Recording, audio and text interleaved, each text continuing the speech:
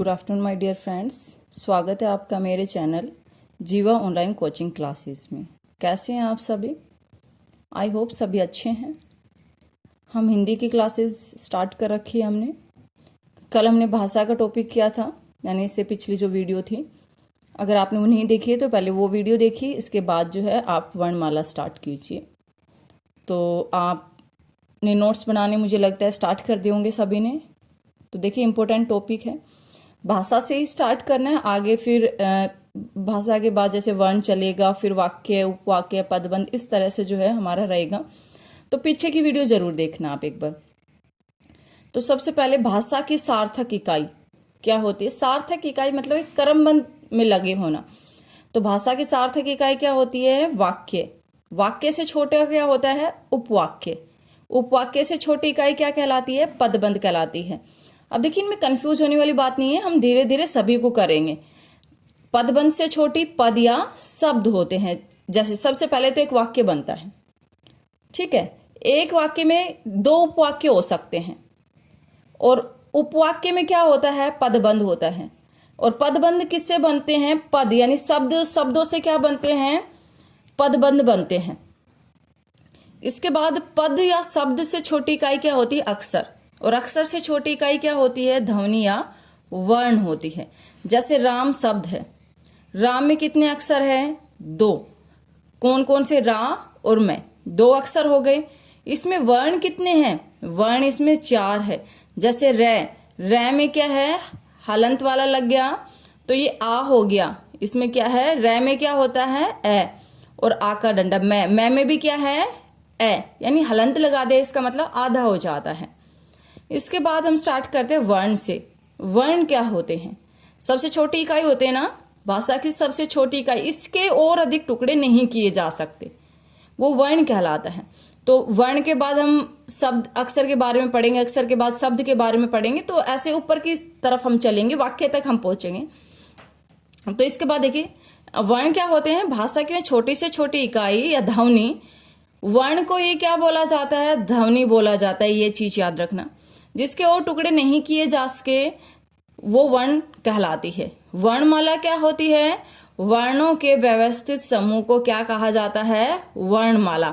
जैसे ए आ से लेके कै ख घ घ, तो वो सभी एक क्रम में लगे हो तो वो क्या कहलाती है? वर्णमाला कहलाती है।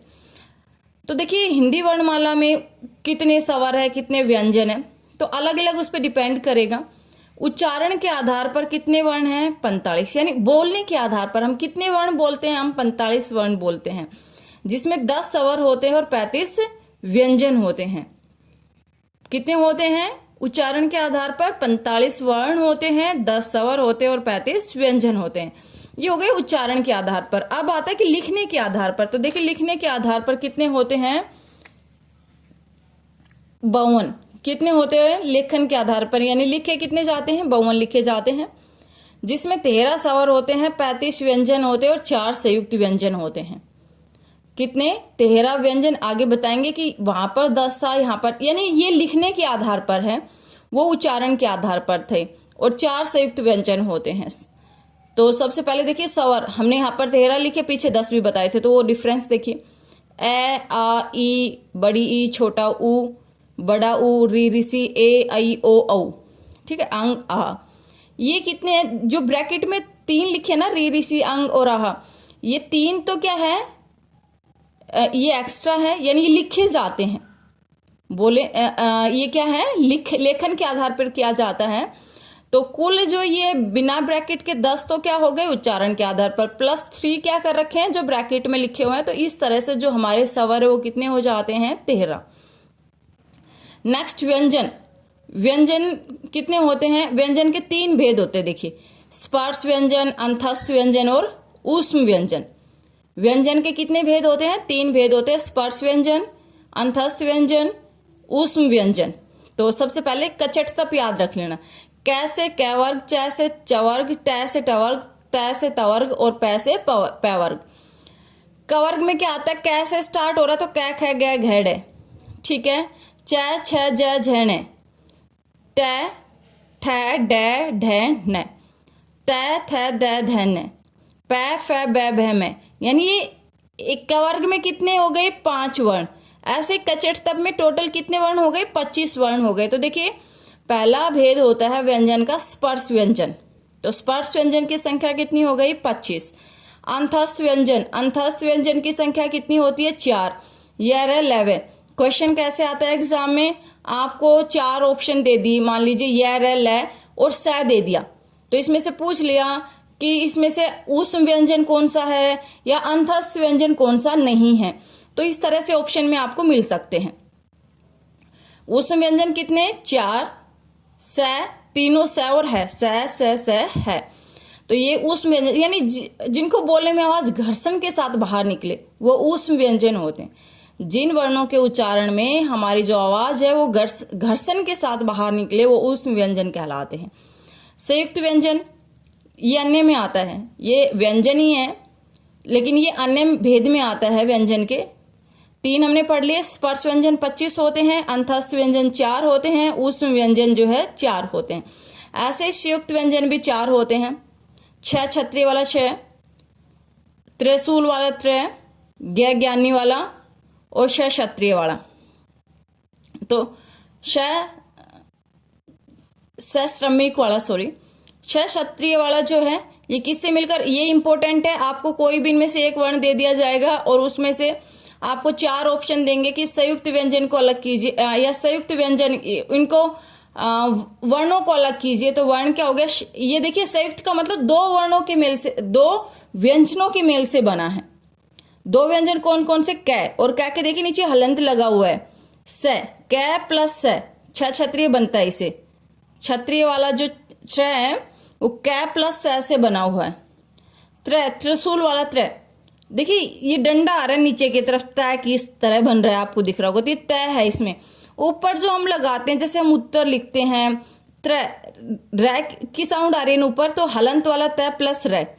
ज्ञानी वाला, पहले हम ज्ञानी वाला ज्ञ कैसे बना रहे? जय बनाया ना हमने, जय, और जय के क्या लगा दिया? हलंत प्लस अणे। ऐसे ही क्षत्रिय श्रमिक, इसमें क्या बन रहा है? स को क्या लगा दिया? हलंत प्लस रै। देखिए या तो ऑप्शन में ये मिले या आपको इनके भी और क्या कर दिए जाए, और छोटे टुकड़े, यानी जो व्यंजन होते हैं वो स्वरों की सहायता से बोले जाते हैं। ये जितने भी व्यंजन है ना, इन सभी में क्या होते हैं? स्वर होते हैं। तो क्या मिल सकता है आपको ऑप्शन में? कै हलंत वाला प्लस स हलंत वाला प्लस ए, ऐसे भी हो सकता है, तो भी ऑप्शन सही है। लेकिन हलंत वाले देख लेना, हलंत लगा हुआ है तो ए आएगा लास्ट में। इसके बाद उत्क्षिप्त व्यंजन क्या होते हैं? उत्क्षिप्त व्यंजन की संख्या कितनी है? 2। डैड है, देखिए डिफरेंस देखिए, ऊपर भी आपने उसमें देखा है ट वर्ग में, लेकिन उनके नीचे बिंदी नहीं लगी हुई, इनके नीचे बिंदी लगी हुई है। तो क्वेश्चन कैसे आएगा एग्जाम में? ऐसे कौन से व्यंजन हैं जिनसे शब्द स्टार्ट नहीं होते, यानी जो शब्दों के शुरू में नहीं लगते, या ऐसे भी हो सकता है जो शब्दों के बीच में लगते हैं या शब्दों के अंत में लगते हैं, उनको क्या कहा जाता है? तो उनको उत्क्षिप्त या द्विगुण व्यंजन कहा जाता है। जैसे पेड़, इसके पीछे क्या लगा? डै, पीछे लगा है बिंदी वाला। सड़क बीच में लगा हुआ है ना डै बिंदी वाला। तो कभी भी ये ना आगे इनसे शब्द स्टार्ट नहीं होंगे, या तो ये शब्दों के लास्ट में लगेगा या बीच में लगेंगे। आई होप आपको क्लास पसंद आ रही हो। प्लीज लाइक करें, शेयर करें और मेरे चैनल जीवा ऑनलाइन कोचिंग क्लासेस को सब्सक्राइब करें। तो देखिए यहाँ तक हमारा क्या हो गया, जितने भी आपके क्वेश्चन बनते हैं, इंपॉर्टेंट क्वेश्चन इस पेज में से आपको ये क्वेश्चन मिल सकता है स्टैट वगैरह में, सी टैट में, स्टैट। तो देखिए नेक्स्ट हमारा क्या है, अब हम एक एक करके इनको एक्सप्लेन करते हैं। सबसे पहले आता है स्वर क्या है। तो जिन वर्णों का उच्चारण करते समय हवा मुंह में बिना रुके बाहर आते हैं उन्हें स्वर कहा जाता है। यानी जिनको बोलने में क्या लगे, जो सीधे बाहर निकले मुंह से, यानी बिना रुके, तो वो क्या होते हैं? स्वर होते हैं।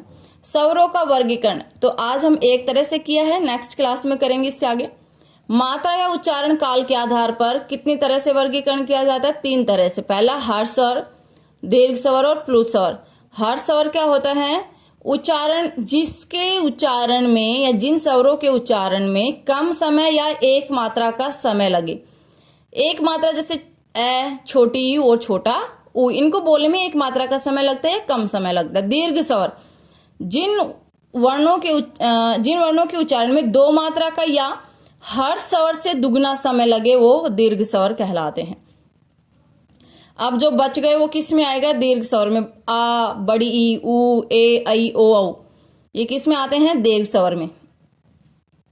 प्लुत स्वर पुकारने में या नाटक के संवादों में जिसका प्रयोग किया जाए प्लुत स्वर होते हैं, जैसे राम, ओम, ये सब क्या है? जिनको पुकारने में किसी का प्रयोग किया जाता है, जिन शब्दों का, या नाटक के संवादों में जिनका प्रयोग किया जाता है वो प्लुत स्वर कहलाता है। स्वरों का वर्गीकरण और भी है, नेक्स्ट क्लास में करेंगे, क्लास लेंदी हो जाएगी और नेक्स्ट क्लास में मिलते हैं। आई होप आपको क्लास पसंद आई तो मेक श्योर आप लाइक करें, शेयर करें और मेरे चैनल को सब्सक्राइब करें। मिलते हैं नेक्स्ट क्लास में। Thank you, have a nice day.